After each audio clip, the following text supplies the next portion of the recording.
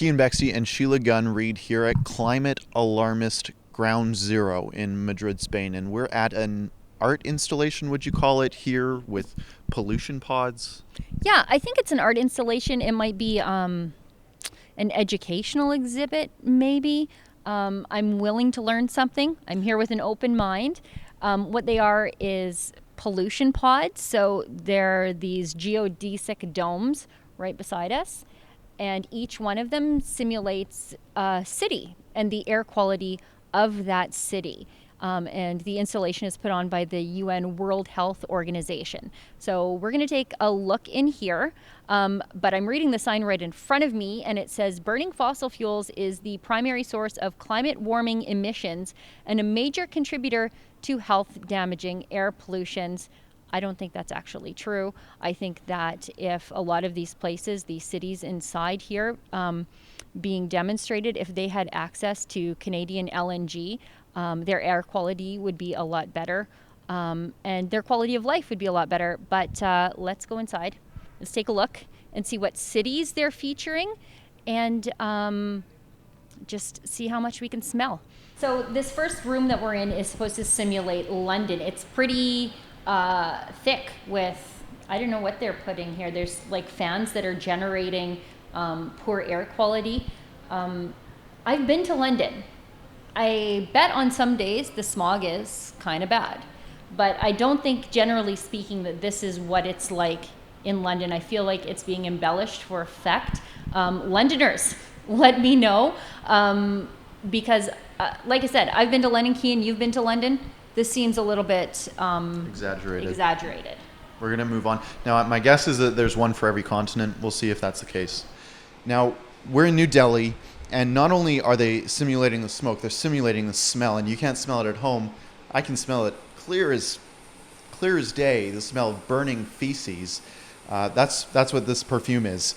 And it's true. In India, that's what they use to, a lot of folks who are below the poverty line need to use feces to cook their food. It's just how it works there.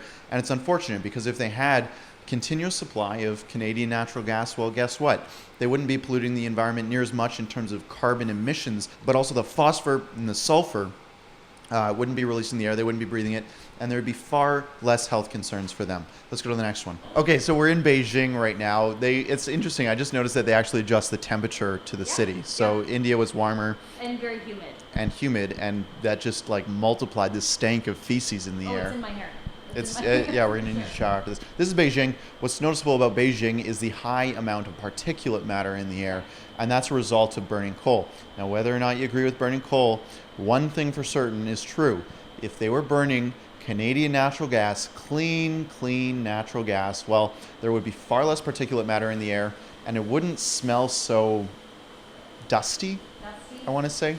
Like kombucha, actually. It has like a sour smell, and I don't know if that's from the sulfur, the high content sulfur in the coal that they burn, but it smells sour in here. It's interesting to note that this is probably the only criticism of Beijing and the Chinese that we've seen here so far. It had to come in the form of an educational art installation from the World Health Organization.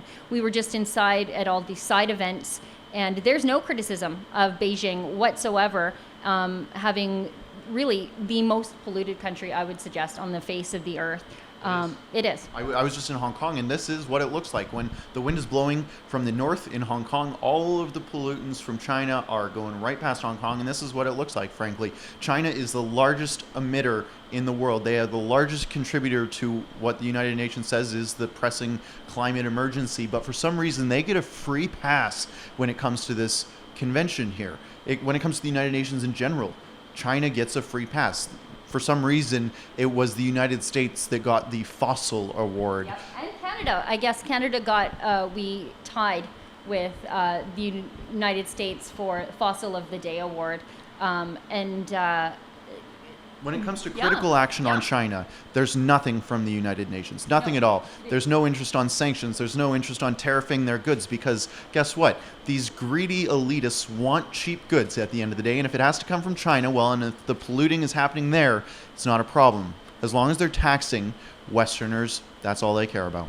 Now we're in the last pod. This is São Paulo, and it's humid. There's a little bit of vinegary smell in the air, but there's less particulate matter. Now, we've gone through all 5, and one thing I noticed was there's nowhere in North America in any of these pods. North America, and I've traveled most of it, no cities are as bad as any of these. But it's North America that gets criticized all the time. It's North America that needs a carbon tax. It's North America that needs to cripple its industries, its export industries, and it's North America that needs to bear the burden of climate change. There was no pod for Fort McMurray, the production area for the Canadian oil sands, the ethical oil that Canada produces. That protests have been staged here at the climate change conference here. Protests have been staged over the oil sands in Canada, but for some reason they don't show exactly how pristine the environment really is in Canada. We use Canadian bitumen. We try and export it and we refine it, and nothing like this exists in Canada. But the United Nations doesn't want to show you that Canada and the United States really are beacons of environmental stewardship in the world, because that is off narrative. So Keean and I are out in the fresh air after leaving these geodesic domes. What I've noticed is the stink is still lingering on my clothes and in my hair. And what I am left with walking away, and I'll speak for Keean too, and he'll correct me if I'm wrong, is that a lot of these problems in these cities could be alleviated by the world getting more access to Canadian oil and gas, in particular Canadian LNG. The world needs more Canada, and we're willing to give it if our politicians would just let us. For Rebel News, I'm Sheila Gunn Reid. I'm here in Madrid, Spain with my colleague Keean Bexte. Behind the camera, we're covering the UN Climate Change Conference. Behind me is a billboard that says it's time for action. I agree. It is time for the world to have access to more Canadian oil and gas. To see all of our reports from on the ground here, please go to rebelun.com. And if you want to support our trip here to tell the other side of the story that the mainstream media just won't, please go to rebelun.com.